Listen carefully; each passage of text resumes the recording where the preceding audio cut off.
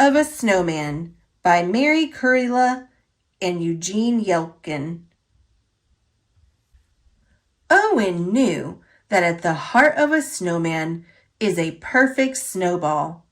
To make a perfect snowball, you need the powdery kind of snow that's a touch melty. Owen packed handfuls of it into a round ball and rolled the ball around, this way and that, and so he rolled it into something large. "You make the best snowman," said Owen's little sister. "His eyes are looking at me." Owen smiled with pride. "Those aren't eyes, they're buttons." His sister dug a carrot from her pocket and handed it to him. It was twisted and thin. He took it anyway. "How will you keep him warm?" "He doesn't need to be warm," said Owen. "He's cold all the way through." "But he's warm inside," she said, sure of it. Owen was too busy to argue. He looked at her scarf. He could use that. His sister's hand went up to her scarf. The knitting gaped in great holes the way only comfy scarves do. "Okay, you can have it," she said. "I won't need it tomorrow. There's going to be lots of sun." Every year, Owen built a snowman on Christmas Eve, but the sun always melted it by Christmas Day.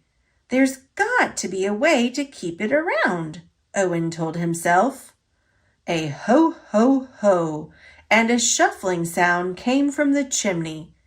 Owen was so worried about his snowman, he didn't even notice. Long after bedtime, a brilliant light beamed down on Owen's snowman. It came from a vessel hovering overhead. Owen ran out of the house and called, "What are you doing with my snowman?" He grabbed hold of his snowman and was pulled inside. Within the vessel, it was still and hushed as fallen snow. Snowmen pressed in on every side. In the distance, Owen saw steam pumping up from a factory, all shiny and bright. Owen and his snowman were abruptly ejected from the vessel into a vast factory. "Please step away from your snowman," said a chilling voice on a loudspeaker. "You're too warm, Owen." Piece by piece, Owen's snowman was carried off along smooth tubes. Owen felt hot with anger in spite of the terrible cold in the factory. They were unmaking his snowman.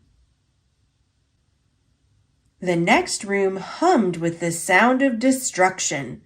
Owen saw his snowman's head placed on a conveyor belt. The rabbit's job was to eat the nose. He was good at his job. Steadily, steadily went the woolies, unknitting his sister's scarf. Nearby, a moose snapped the snowman's twig limbs in two. What kind of barbaric place was this? What Owen saw at the next station made him gasp. They had taken apart his snowman, snowflake by snowflake, and now a pointy instrument was tweezing apart each snowflake, branch by branch. Outraged, Owen turned to the polar bear. "How would you like someone to pull off your arms?" The polar bear hunched a little closer over his microscope. That's when it hit Owen. "Everybody thinks the sun melts snowmen, but they're wrong. Snowmen are just brought here." "Back off," said the polar bear. "You're too warm." "What difference does it make if I'm too warm? You're already taking apart the snowman." "You're getting warmer, Owen," said the chilling voice from the loudspeaker. "Move along now. Exit right. Mind your step." Owen stepped out into an open field of snow piled and puffed, wondering if he could still save his snowman. A vehicle hauling a load of carrots was coming up fast. Owen raced to the driver. "Those look perfect," he said, puzzled. "Yes," said the rabbit. "We grow them ourselves. They're for the snowmen." "Snowmen?" said Owen. "But I thought you destroy snowmen." The rabbit stared at Owen. "Why would we destroy snowmen if we grow new noses?" It began to feel warmer. Up ahead, Owen saw a crop of chimneys sticking out of the snow. A white cat leaped onto one and went down. A moment later, it reappeared, but now it was black with soot. Held in its small mouth was something round and black. "What is that you are carrying?" said Owen. The cat's eyes went wide, and the thing dropped from its mouth. Owen caught the lump of coal and turned it over in his hand. "These are eyes, right? I use buttons, but I know most people use coal." The cat darted off. Eyes, nose, everything like new. Owen called after it, "Hey, are you making a snowman?" But the cat was gone. Owen stomped his foot in frustration, and the snow caved in beneath him. He dropped right through and was pitched into a cloud. Cold gusts blew Owen here and there, setting him to spin and spin. Never had he felt so fine, so fluffed, so wonderful. Owen had dropped into a chamber for making snowflakes. Suddenly the chamber stopped gusting, and Owen fell onto the cold floor.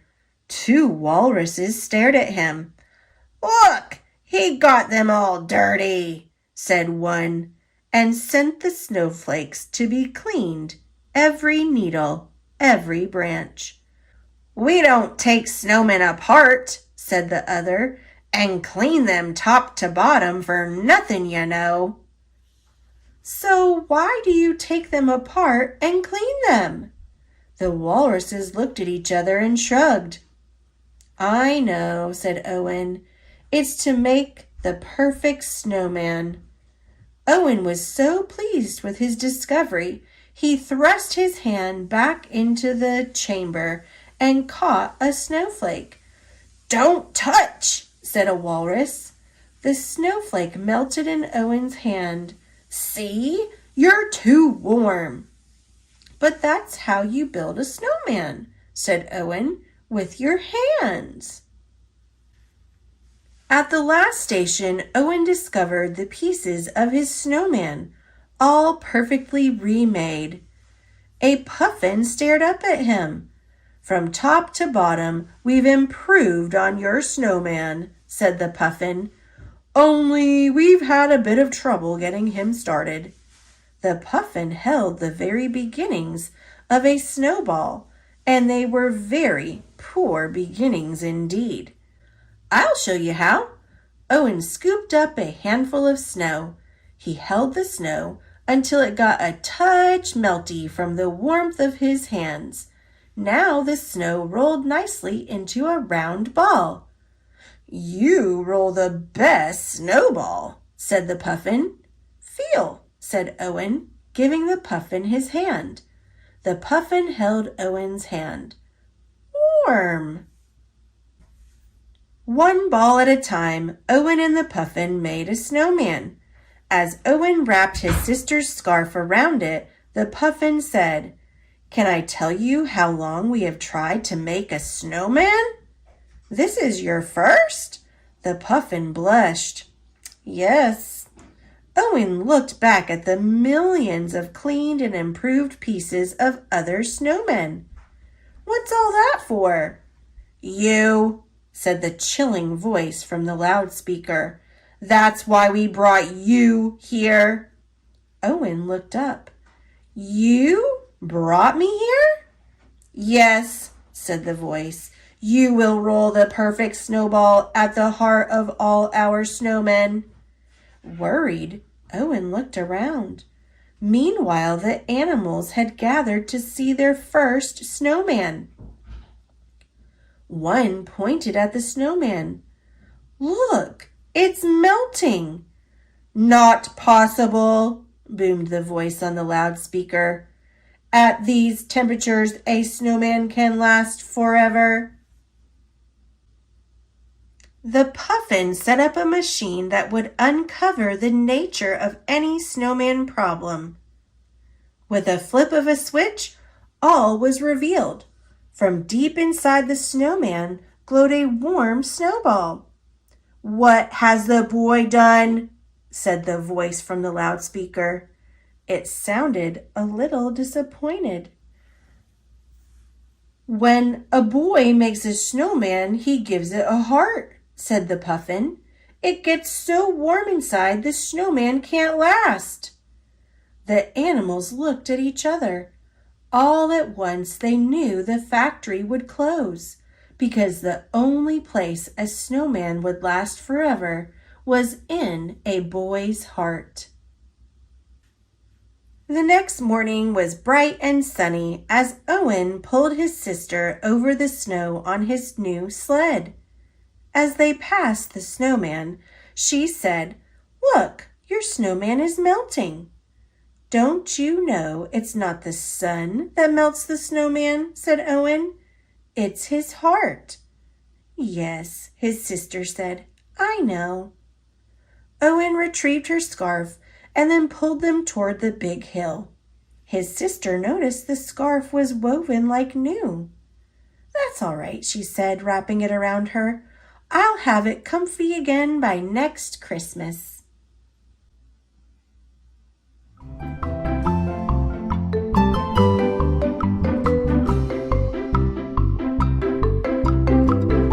Thanks for watching. Click subscribe. See you later, alligator.